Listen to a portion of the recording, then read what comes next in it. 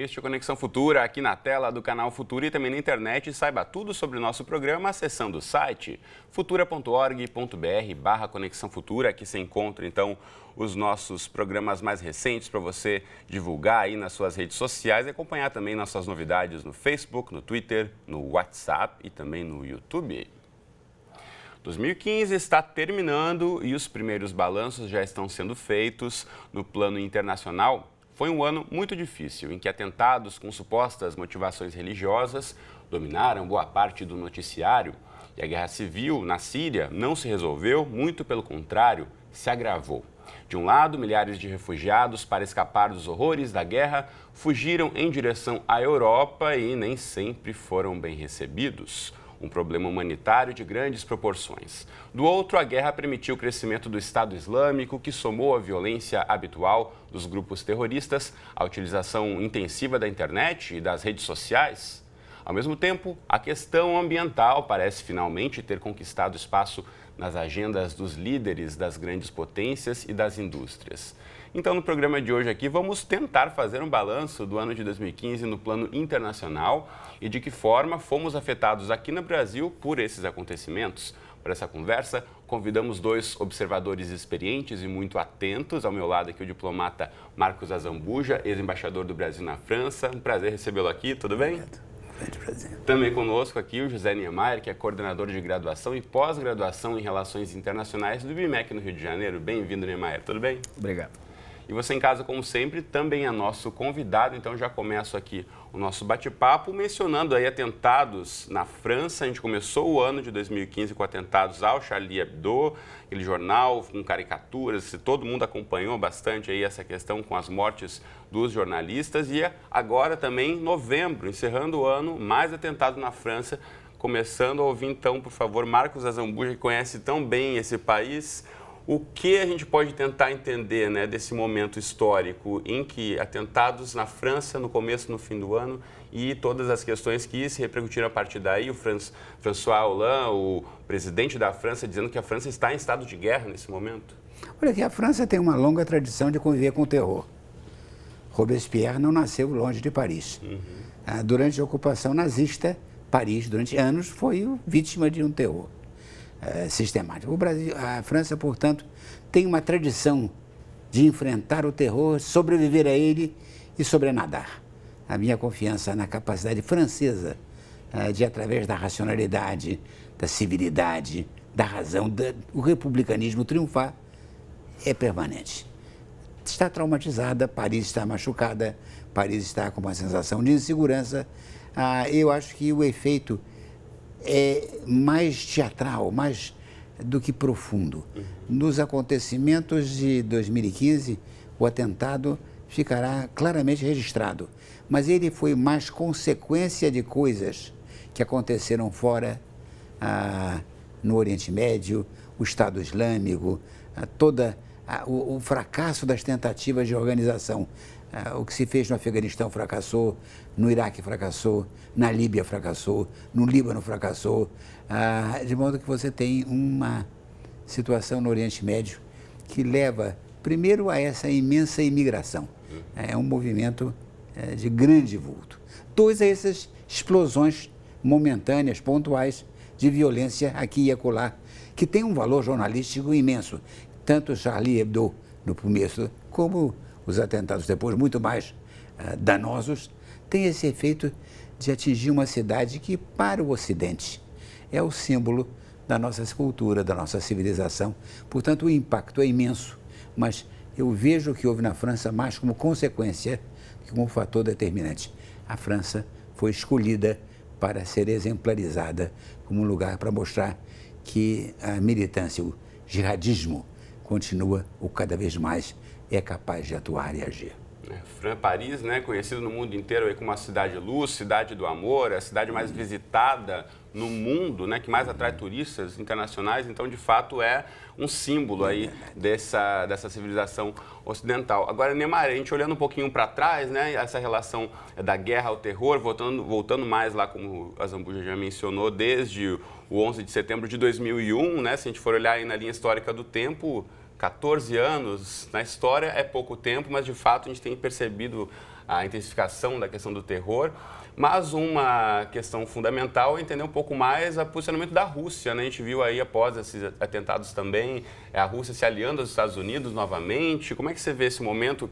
De onde vem, de fato, esse alinhamento dos dois países agora? Acho importante a gente tentar entender a origem dos problemas, né? Não vou dizer que a ação da Rússia seja a origem, mas desde quando os Estados Unidos defenderam o que nós chamamos hoje de guerra ao terror, em 2001, depois dos atentados, e o governo Bush meio que teve uma postura, no mínimo, questionável nas suas ações com relação ao Afeganistão e Iraque, que a Rússia vem buscando, na construção do multilateralismo pós-Guerra Fria, um novo papel. Não vou dizer que é um papel de superpotência, como era a época da Guerra Fria, mas a Rússia busca as brechas para atuar com uma política externa muito assertiva e com uma agenda muito determinada. E mostrar sua importância também em frente aos Estados Unidos. E aproveitou também a eleição de Obama. Obama é um líder, merece todo o nosso respeito, foi Prêmio Nobel da Paz, mas a política externa de Obama, em alguns momentos, é claudicante, não é clara, né? Se aproxima muitas vezes de países que não está no tradicionalismo da política externa norte-americana, vem fazendo isso, não atuou na Síria logo no início da guerra civil na Síria, e Putin percebeu, o governo russo percebeu e se aproximou do governo sírio. Então, me parece que os grupos terroristas ou grupos radicais, que não acho que também tem uma fundamentação só religiosa, há outras motivações por detrás, né? Os grupos radicais percebem este multilateralismo em construção, mas ainda capenga de definição. Então, esta indefinição faz com que grupos radicais se coloquem e ajam, né? Então, me parece que é um momento de muita indefinição. O embaixador sempre estudou e participou de um mundo que sempre tende ao multilateralismo, mas o multilateralismo sempre tem um problema, que é o excesso de agentes buscando a ascensão no sistema. E se um agente que trazia uma ordem mínima nos últimos 70, 80 anos ao sistema, que eram os Estados Unidos, começam a ter uma postura não muito determinada, com uma certa fluidez, outros atores buscam participação no sistema, e isso traz um problema sistêmico de pouca definição, e aí grupos terroristas aproveitam disso, e depois da crise de 2008, a globalização que traz muitas contradições ao próprio sistema, e aí os grupos terroristas atuam nestas brechas deste multilateralismo ainda em construção. Agora, embaixador, em relação ao posicionamento do Brasil, né? A gente já teve aí declarações da presidente em relação a enfrentar Estado Islâmico ou grupos terroristas com diálogo, depois em outras declarações voltou atrás, dizendo que não pode tolerar esse tipo de acontecimento. Como é que o Brasil está no meio dessa história em frente a tantos atos de terrorismo no mundo? O Brasil não tem poder, a não ser a sua própria boa disposição e um pouco a sua retórica para fazer frente a isso. Eu hoje acho um pouco abusiva a utilização da palavra guerra. A palavra guerra passou a se adotar oposição a. Então tem a guerra contra o câncer, a guerra contra o tabaco, a guerra contra os imigrantes, guerra contra a droga. Quer dizer, nós temos que levar em conta que nós não podemos multiplicar as guerras sem que isso tenha um efeito desgastante. De modo que a primeira coisa a dizer é que eu creio que o Brasil tem um poder limitado. A projeção do seu poder internacional é reduzida fora o seu entorno imediato, que é a América do Sul. O Brasil tem sido poupado da turbulência maior e tudo isso, e isso é uma coisa a ser preservada. O que acontece, e eu não vou fazer uma defesa do presidente Obama nisso não, mas essencialmente é que as experiências de intervenção militar, sobretudo no Oriente Médio, foram tão onerosas e tão inúteis que hoje há uma relutância do próprio poder americano de voltar a se colocar no chão, com tropas no chão. O que houve no Afeganistão foram anos e anos e anos de uma presença que leva, no fim, pouco a nada. No Iraque, anos e anos de presença a nada. Na Líbia, anos e anos a nada. Em outras palavras, o intervencionismo militar tem tido no Oriente Médio um saldo muito modesto de resultados. O que não quer dizer que eu seja nem a favor da não intervenção, nem que eu defenda uma atitude de passividade. O que eu quero dizer é que os Estados Unidos e o mundo estão um pouco cansados desses envolvimentos onerosos, longos, que geram uma má um mau sabor, porque o dano colateral a civis, a atividades pacíficas é grande. Em outras palavras, o que eu estou querendo dizer é que a ação é difícil de focalizar no Oriente Médio. Contra quem? Você agir contra, no caso da Síria. A favor de quem? No caso, ser contra o Assad não é difícil, mas a favor de quem? Que ordem nova vai se instalar? Portanto, eu acho que o Putin encontrou um espaço, um alvo de oportunidade. Ele se deu conta que na Síria, que é um país grande, real, não é como certos países, uma invenção do período do Sykes-Picot. A Síria existe. Mas do que você hoje, como é que age? Contra quem? Aonde? Sem causar um dano maior do que você está ajudando. Então, eu acho que nós estamos num momento de pausa de perplexidade. O poder tem de ser usado, mas contra quem, a favor de quem e de que maneira? E o Obama reflete o que não é bom para um líder, essa perplexidade. O líder, mesmo quando em dúvida, ele dá a impressão que sabe o que está fazendo, o que raramente acontece, mas é a impressão que ele tem de dar.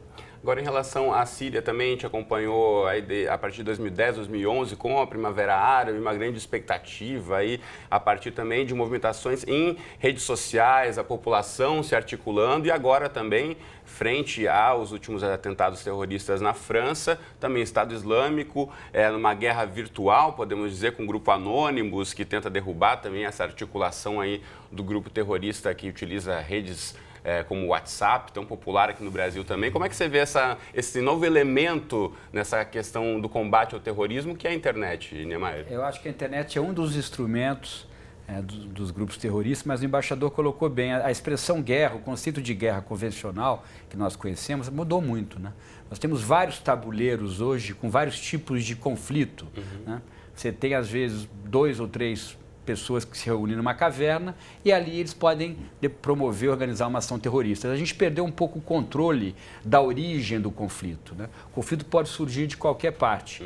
E essa questão da internet, que tem a ver com a globalização, com acesso à informação de uma maneira muito rápida, né, e diversa, faz com que os grupos terroristas tenham uma capacidade maior de mobilização. E não só grupos terroristas na perspectiva internacional, grupos internos, grupos radicais internos em vários países podem também se articular a partir da internet. A internet tem este caráter dual, que ela pode criar o progresso, a modernidade, mas ela também é perigosa porque você não consegue controlar a internet. E isso tem a ver com a juventude, uma juventude cada vez quer mais informação rápida, não questiona a informação que recebe. Então você pode, muitas vezes, entrar na casa de um jovem e convencê-lo a fazer algo. Isso tudo é muito grave e tem a ver com aquilo que a gente estava dizendo. São muitos tabuleiros, a globalização por trás e uma indefinição sistêmica. Concordo com o embaixador.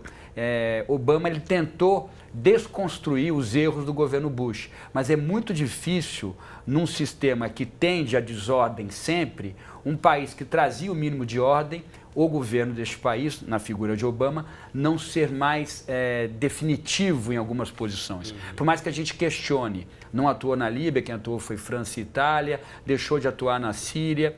Isso mostrou para alguns agentes formais do sistema dos Estados, principalmente para a Rússia, que os Estados Unidos poderiam estar mostrando algum início de fadiga de material do ponto de vista da sua ação sistêmica, principalmente no campo da estratégia militar.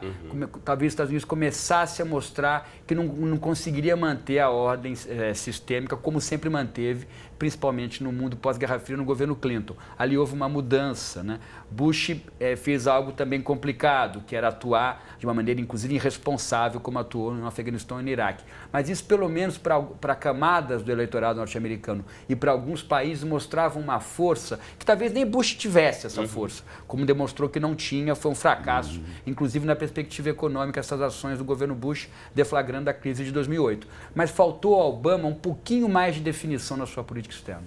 Bom, só para a gente aproximar um pouco mais também, o embaixador mencionou aqui a potência do Brasil frente aos seus vizinhos. Tivemos também nesse ano eleições na Argentina, uma guinada aí, a gente mudando de assunto um pouquinho, mas em relação ao direcionamento do governo argentino, né, fim da era Kirchner, com um novo presidente mais alinhado, talvez à direita ou centro-direita. Como é que você vê essa nova eleição, desembargador?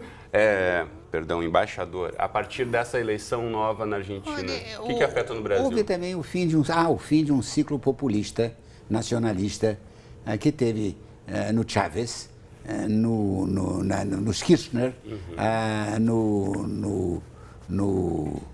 no Soares, a sua expressão. Hoje a América do Sul não está tão dividida entre esquerda e direita, mas entre modernização e populismo. Quer dizer, um nacionalismo populista, retórico, demagógico, que não tem dado muitos resultados. A outra divisão que você podia fazer é entre uma costa do Pacífico que prospera e uma costa do Atlântico que não vai bem. Mas não se pode culpar o oceano, ou um ou outro, pelo sucesso ou pelo insucesso. Então há essa... O que eu creio, voltando a não só a América do Sul, mas a todos, é que nós estamos com uma sensação de fadiga do material. Certo tipo de ação está um pouco desacreditada. Agora, por outro lado, o poder reclama gestos que pareçam decisivos. O poder não pode ser reflexivo. O poder não é uma forma de intelectualidade. A dúvida intelectual é o que corresponde ao pensamento maduro. Mas o poder reclama atos simples, categóricos e que deem a impressão que a autoridade sabe o que vai acontecer quando Deus sabe.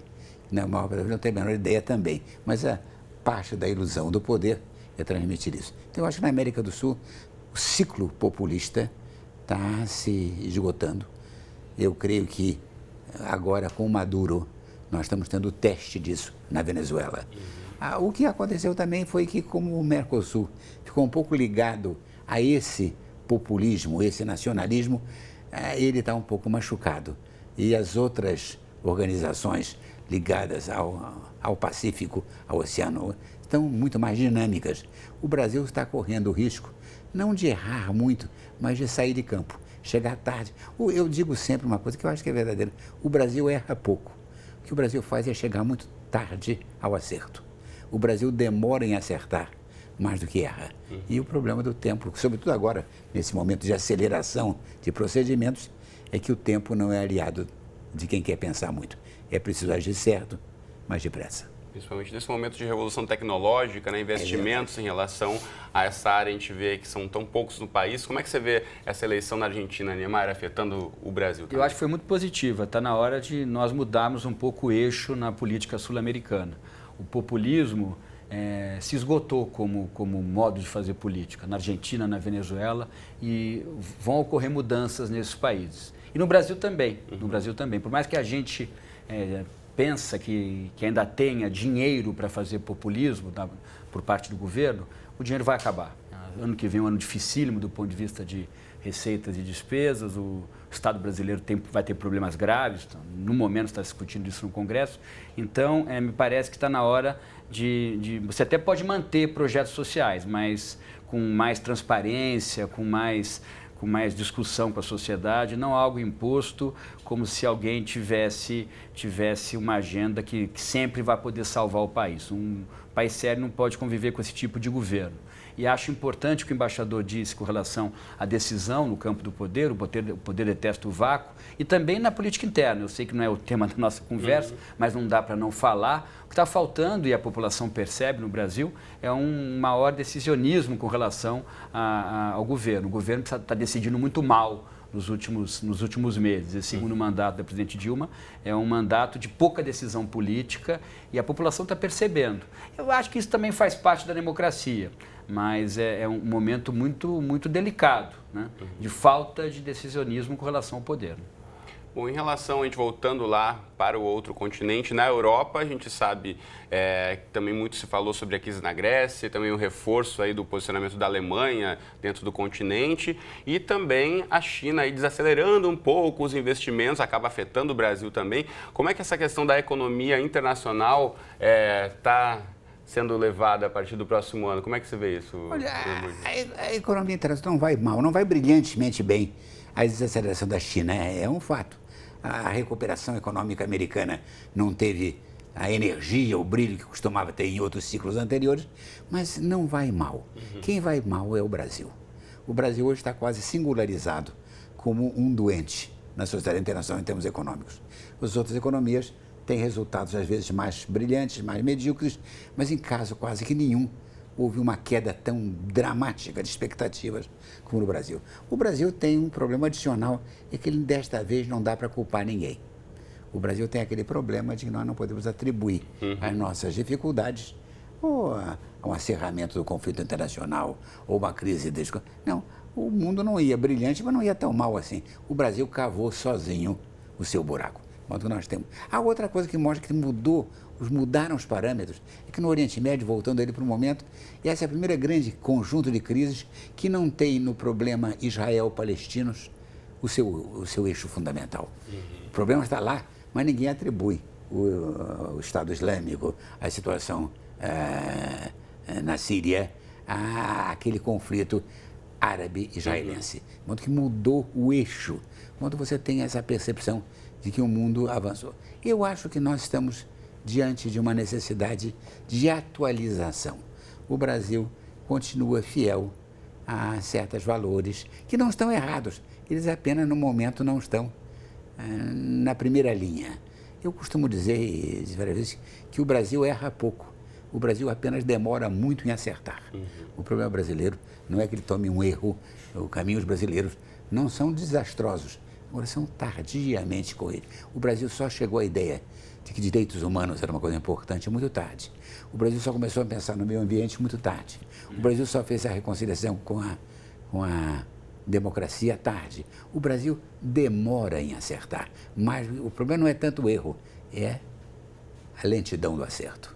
Bom, a gente está aqui, podia seguir a tarde toda conversando, nosso tempo já está quase chegando ao fim. Eu queria rapidamente ouvir perspectivas para 2016, então, em relação ao cenário internacional e como isso vai afetar a gente, né, Maia? Acho que é importante a gente discutir mais o papel da Rússia, a gente discute pouco Rússia. Eu tenho em sala de aula e no IBMEC discutido mais a posição da Rússia. A Rússia vai definir, vai ajudar a definir a agenda internacional. O embaixador colocou bem a questão Israel e Palestina está melhor administrada, talvez tenha sido uma vitória de Obama, que fez bem a intermediação com relação a grupos israelenses e palestinos. Acho importante nós entendermos mais a economia chinesa, uma economia que muito voltada para si própria, ela precisa se internacionalizar mais. A China tem problemas internos muito graves para ter um olhar sempre para fora. Acho importante compreender a retomada do crescimento dos Estados Unidos, não foi como nós esperávamos, mas é um país que investe muito em produtividade, uma indústria que é muito enriquecedora, então a gente precisa entender melhor a economia norte-americana. 2018 vai ser um ano difícil para a economia brasileira, 2017 também. Vamos ter eleições, as eleições municipais vão definir muito a agenda para as eleições de 2018, mas precisamos resolver o curto prazo. O nosso curto prazo está muito confuso. Hoje está confusa a política brasileira. E quando você tem uma política interna confusa, você não faz política externa, porque você não consegue, você não tem energia, não tem tempo para fazer política externa. O governo Dilma não fez política externa em nenhum momento. O governo Lula ainda desenvolveu alguma agenda de política externa. Então, a política externa brasileira hoje, ela é apenas formal, um encontro quando a presidente viaja, tem ali um encontro formal, nada mais do que isso. Porque a política interna está muito confusa. Precisamos resolver o curto prazo da política interna. Muito bem, então, nosso tempo aqui já encerrou. Então, José Niemeyer e Marcos Azambuja, muito obrigado pela presença e pela aula aqui no programa de hoje. Até a próxima. Valeu. Obrigado. Boa sorte. Você de casa, obrigado pela companhia de sempre. Então, Conexão Futura vai ao ar de segunda a sexta aqui na tela do Futura e qualquer hora do dia e da noite estamos lá no nosso site futura.org.br/Conexão Futura. Um abraço e até a próxima.